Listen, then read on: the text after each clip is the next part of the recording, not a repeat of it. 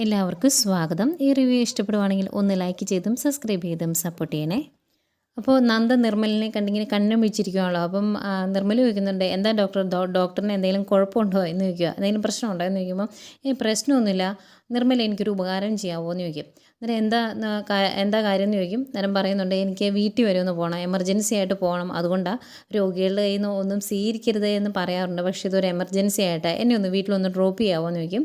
അന്നേരം ഇങ്ങനെ ഒന്ന് ആലോചിച്ചിട്ട് നിർമ്മല പറയുക, ഏതായാലും എൻ്റെ വേദന ഇത്രയും പെട്ടെന്ന് കുറച്ച് തന്ന ഡോക്ടറല്ലേ, ഞാൻ ചെയ്യാമെന്ന് പറയും. അങ്ങനെ രണ്ടുപേരും അവിടുന്ന് ഇന്ത്യവരത്തിലേക്ക് പോരുക. പിന്നെ കാണിക്കുന്നത് നമ്മുടെ പിങ്കിയാണ്. പിങ്കി കൊണ്ട് വീടിൻ്റെ ഫ്രണ്ട് വശത്തെ കുഞ്ഞൊരു വരാന്തയാണ്, അത് അടിച്ചു വാരിക്കുവാണ് ലക്ഷ്മി. അത് കുറച്ചായിരുന്നെങ്കിൽ പിങ്കി പറയും, ഞാൻ മടുത്തു, ഇനി നാളെ മതിയോ എന്നൊക്കെ ചോദിക്കും. അന്നേരം ലക്ഷ്മി പറയുന്നുണ്ട്, പോരെ മോളെ അതങ്ങ് അടിച്ചു വാര്, എങ്കിലേ ശരിയാവുള്ളൂ, ശരീരമൊക്കെ ഒന്ന് ചെറുതായിട്ട് വരെ ഒന്ന് അനങ്ങട്ടെ എന്നൊക്കെ പറയും. അന്തെങ്കിലും അങ്ങോട്ട് ഗിരിജ് വരും. എന്നിട്ട് മോള് മടുത്തെങ്കിൽ നിർത്തിയേരെ, ഇനി നാളെ ചെയ്താൽ മതി എന്ന് പറയും. എന്നാൽ ലക്ഷ്മി പറയും, പോരാ, അതൊന്നും പോരാ, ഇതിപ്പോൾ അടിച്ചു തുടങ്ങിയല്ലോ, അതങ്ങ് പൂർത്തിയാക്കുക എന്ന് പറയുമ്പം ഗിരിജ് പിന്നെയും പറയും, മോള് മടുത്തോണ്ടല്ലേ എന്ന് ചോദിക്കും. ലക്ഷ്മി ചോദിക്കുന്നുണ്ട്, എന്തുകൊണ്ടാണ് മടുത്തത്, ശരീരം അനങ്ങുന്നില്ല അതുകൊണ്ടല്ലേ, 3 പ്രസവം കഴിഞ്ഞല്ലേ ഗിരിജയ്ക്ക് അറിയത്തില്ല ഇങ്ങനെ ഗർഭിണിയായിരിക്കുമ്പോൾ എന്തെങ്കിലുമൊക്കെ ചെറിയ ചെറിയ കാര്യങ്ങൾ ചെയ്യണമെന്ന്, പിന്നെ എന്തിനാ അതിനെ എതിർക്കുന്നതെന്ന് ചോദിക്കുവാണ്. അതിന് ഗിരിജ പറയും, അല്ല മോള് മടുത്തുകൊണ്ടാന്ന് പറയുമ്പോൾ അത് സാരമില്ല, അങ്ങ് അടിക്കുക എന്ന് പറയും. നിവൃത്തിയില്ലാതെ പിങ്കി അങ്ങ് അടിക്കുക കേട്ടോ, കുഞ്ഞ് വരാന്തയാ, അത് അടിക്കുന്നതിനാണ് മടുത്തു എന്ന് പറയുന്നത്.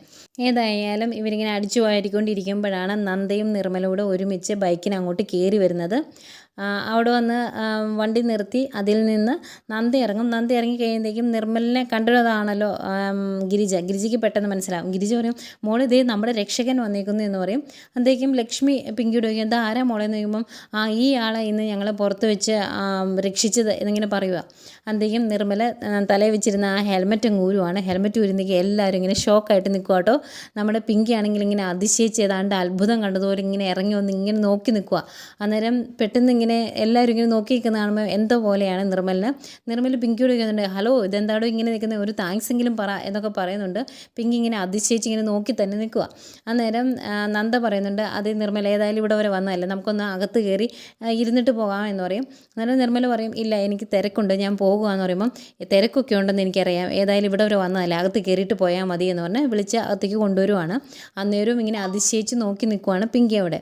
അന്നേരം നന്ദ അങ്ങോട്ട് വന്നിട്ട് ലക്ഷ്മിയോട് ചോദിക്കുന്നുണ്ട്, അകത്ത് അമ്മായി ഇല്ലേ എന്ന് ചോദിക്കും. ഉണ്ടെന്ന് പറയും. അവരകത്തേക്ക് കയറി പോവാണ്. അന്നേക്കും ലക്ഷ്മി ഓടി പിങ്കിയുടെ അടുത്തോട്ട് വരും. എന്നിട്ട് ചോദിക്കും, മോൾക്ക് മനസ്സിലായില്ലേ, നമ്മുടെ അർജുനെ പോലെ തന്നെ തോന്നിയില്ലേ എന്ന് ചോദിക്കുമ്പം എനിക്ക് അങ്ങനെ തന്നെ തോന്നി എന്നിങ്ങനെ പറയുവാണ്. ഏതായാലും നന്ദയും നിർമ്മലോട് അകത്തോട്ട് കയറി വരുമ്പോഴാണ് അകത്തുനിന്ന് സുമംഗല ഇറങ്ങി വന്നെ. സുമംഗല ഇങ്ങനെ നിർമ്മലിനെ കണ്ടിങ്ങനെ അതിശയിച്ച് നിൽക്കുക കേട്ടോ. എന്നിട്ട് മോനെ എന്ന് വിളിച്ചുകൊണ്ട് ഓടി അടുത്തോട്ട് വരും. എന്നിട്ട് അർജുൻ എന്ന് വിളിക്കുമ്പം അർജുനോ, ഇതാരെ, എല്ലാവരും ഈ അർജുൻ്റെ കാര്യം പറയുന്നത് എന്താണ് എന്ന് ചോദിക്കും.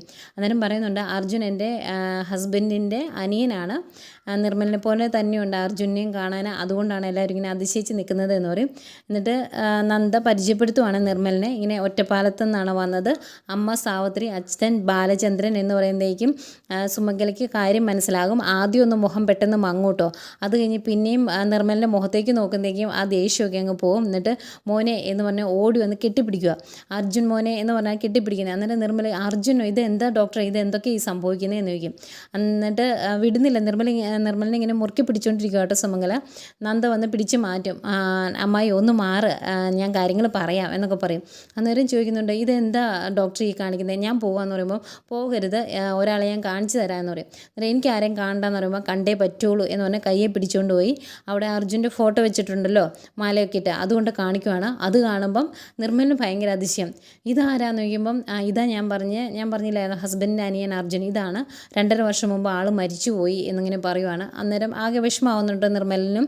അപ്പം അകത്തോട്ട് വരുവാണ് പിങ്കിയും ബാക്കി എല്ലാവരും ഇങ്ങനെ നിർമ്മലിനെ നോക്കി നിൽക്കുക. അന്നേരം നിർമ്മലിന് ആകെ ഒരു വിഷമം. അന്നേരം നിർമ്മൽ പറയും, ഇല്ല ഞാൻ പോവാട്ടോ എന്ന് പറഞ്ഞാൽ ഇറങ്ങാൻ തുടങ്ങുകയാണ്. അന്നേരം സുമംഗല, ഇല്ല മോനെ ഞാൻ പിടിയല്ല എന്ന് പറഞ്ഞാൽ കയ്യെ പിടിക്കും. എന്നിട്ട് പറയുന്നുണ്ട്, എൻ്റെ അർജുൻ മോൻ മരിച്ചുപോയി, അവനെ ഒരു ദിവസത്തേക്കെങ്കിലും ഒന്നുകൂടി എനിക്കൊന്ന് ജീവനോടെ കാണാൻ പറ്റിയിരുന്നെങ്കിൽ എന്ന് ഞാൻ ഒരുപാട് ആഗ്രഹിച്ചിട്ടുണ്ട്. അതിനുവേണ്ടി ഞാൻ ഈശ്വരന്മാരോട് ഒരുപാട് പ്രാർത്ഥിച്ചിട്ടുണ്ട്. അതിൻ്റെ ഫലമായിട്ടായിരിക്കും നിന്നെ ഈശ്വരൻ ഇങ്ങോട്ട് വിട്ടത്. അതുകൊണ്ട് നിന്നെ ഞാൻ ഇവിടുന്ന് പറഞ്ഞു വിടിയല്ല.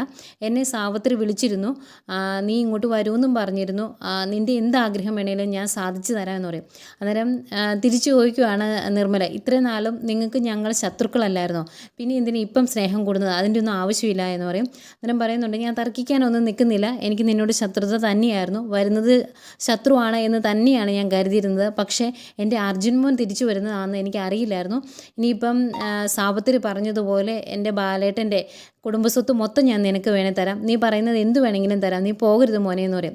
അന്നേരം നിർമ്മല പറയുന്നുണ്ട്, അമ്മ അങ്ങനെ വിളിച്ച് പറഞ്ഞിട്ടുണ്ടെങ്കിൽ അത് അമ്മയുടെ അത്യാഗ്രഹം, അത് എനിക്ക് ആവശ്യമില്ല, ഞാൻ പോകുവാണ് എന്ന് പറഞ്ഞിട്ട് നിർമ്മല പുറത്തേക്ക് ഇറങ്ങിപ്പോവും. ആകെ വിഷമിച്ച് സങ്കടപ്പെടുവാണ് സുമംഗല. അപ്പോൾ സുമംഗല ആശ്വസിപ്പിക്കുന്നുണ്ട് കേട്ടോ നന്ദ.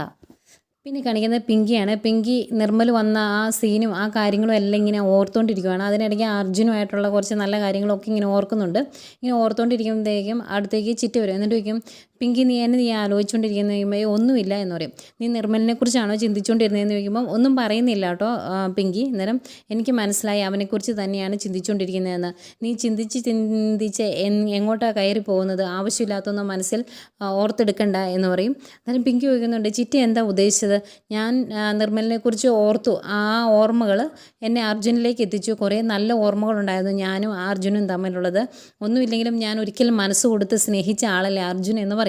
അന്നേരം ചിറ്റ പറയുന്നുണ്ട്, അത് അർജുനല്ലേ, ഇപ്പോൾ വന്നത് നിർമ്മലാണ്, അത് നീ മറന്നു പോകരുത് എന്ന് പറയുമ്പം ഞാൻ അങ്ങനെ മറന്നു പോയിട്ടൊന്നുമില്ല, എനിക്ക് നല്ല ബോധമുണ്ട്, എൻ്റെ മനസ്സിൽ എന്നും അർജുൻ ഒരു സ്ഥാനമുണ്ട്, ആ സ്ഥാനത്തേക്ക് ഞാൻ വേറെ ആരെയും പിടിച്ചിരുത്തത്തില്ല.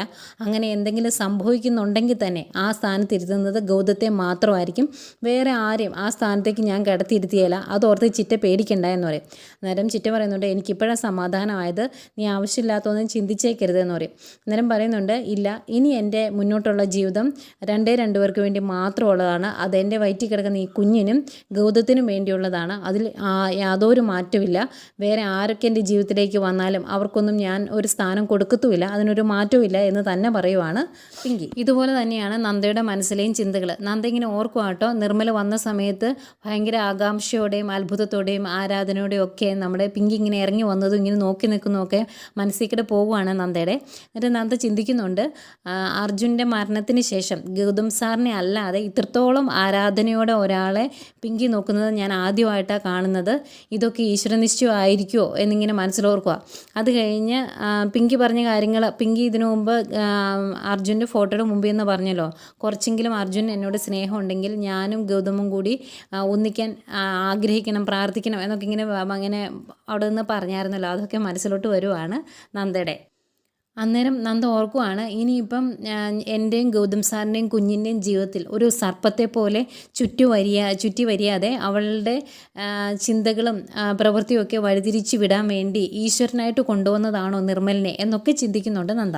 പിന്നീട് വല്യമ്മയാണ് കാണിക്കുന്നത്. വല്യമ്മയ്ക്ക് ആകെ സങ്കടം, കാരണം വല്യമ്മയ്ക്ക് കാണാൻ പറ്റിയില്ലല്ലോ നിർമ്മലിനെ.